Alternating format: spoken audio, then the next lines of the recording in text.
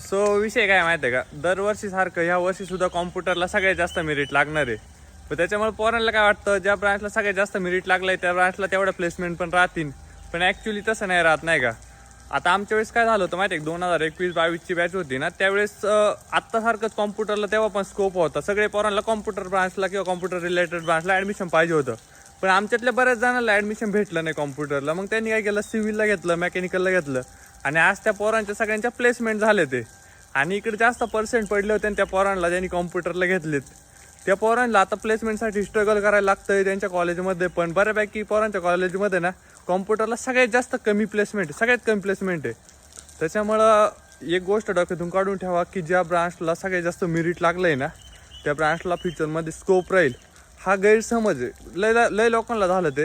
त्यामुळे जर तुम्हाला ह्या ब्रांचला ॲडमिशन भेटलं नाही कॉम्प्युटर किंवा टेक ब्रांचला, तर त्याचा काहीच प्रॉब्लेम नाही. टेन्शन नका येऊन देऊ. फक्त मेकॅनिकलला घेऊ शकता, सिव्हिलला घेऊ शकता, बाकीच्या ब्रांचला घेऊ शकता आरामशीर. फक्त चांगलं कॉलेज बघा.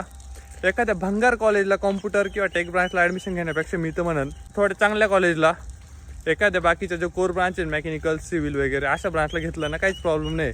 ते प्लेसमेंट पण भेटण्याचे चान्सेस तुम्हाला जास्त राहतील. बाकी नीट विचार करा. Best of luck.